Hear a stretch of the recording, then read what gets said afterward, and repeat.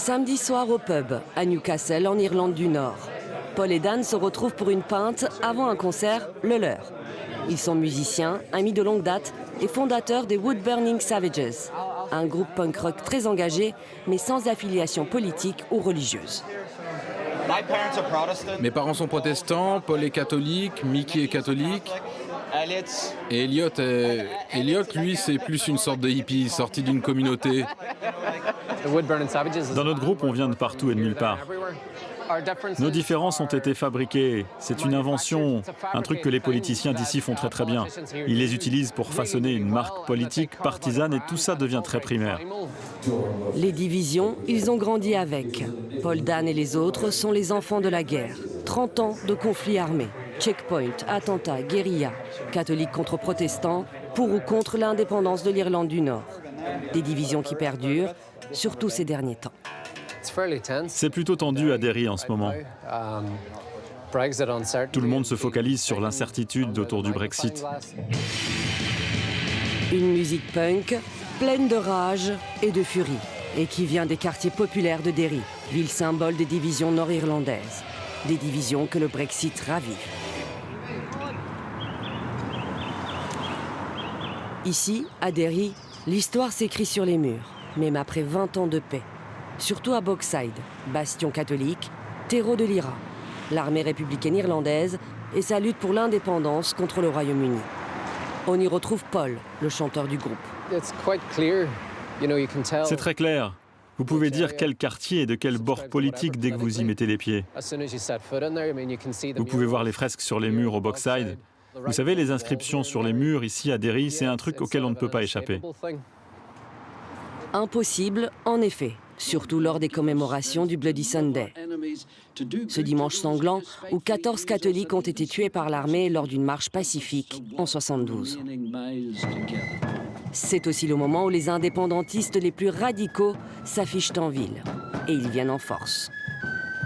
Uniforme, képi, tenue quasi paramilitaire. Les instruments de musique remplacent les armes, mais le combat reste le même. Celui d'une grande Irlande réunifiée et contre le Royaume-Uni, bien sûr. Un rêve relancé par le débat sur le Brexit. Qu'est-ce que vous avez envie de dire aux Britanniques ?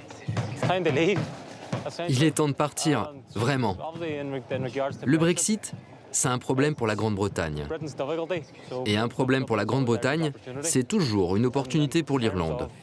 Que le Brexit ait lieu ou pas, tant que l'Irlande reste sous occupation, je pense qu'il y aura toujours des hommes et des femmes qui voudront se confronter à la Grande-Bretagne par la lutte armée.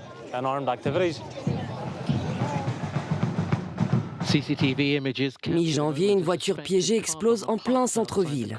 Un attentat attribué à la Nouvelle IRA, branche dissidente de l'armée républicaine irlandaise. Depuis, beaucoup se demandent si le Brexit va faire ressurgir les fantômes du passé, la lutte armée et ses 3500 morts. Ça a rappelé aux gens toutes les choses terrifiantes, les tragédies et les atrocités qui ont eu lieu par le passé. Il y avait une peur dans la ville, c'était très tendu. C'était vraiment palpable. Surtout à quelques mètres de là, dans le quartier de Fountain, dernière enclave protestante sur la rive catholique de Derry. Une centaine de maisons retranchées derrière des grillages et des barbelés. Ici, l'Union Jack s'affiche partout, même sur les trottoirs. Quant aux habitants, ils sont loyalistes, purs et durs, fidèles à la couronne britannique.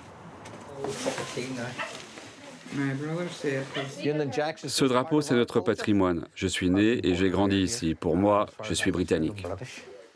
La famille de William vit ici depuis plus d'un siècle. Son allégeance au Royaume-Uni est absolue, y compris sur le Brexit. La Grande-Bretagne prend une bonne décision en quittant l'Union européenne. Nous, on a voté pour le Brexit, parce que ça nous rend notre propre identité. On n'aura plus besoin d'écouter l'Union européenne nous dicter ce qu'on doit et ce qu'on ne doit pas faire. À 2 mois à peine du Brexit, Derry retient son souffle, comme toute l'Irlande du Nord. La région a voté à 56% pour rester dans l'Union européenne. Et Paul, comme la majorité des jeunes, refuse tout retour en arrière. Je me sens européen. Je me suis toujours senti européen. Vous pouvez être irlandais, nord-irlandais, ce que vous voulez, mais j'ai le sentiment que le Brexit est en train de nous dépouiller de notre identité européenne. C'est en train de nous enfermer, de nous transformer en une sorte d'annexe bizarre, isolée. Et ça va seulement faire du mal à Derry. Brexit.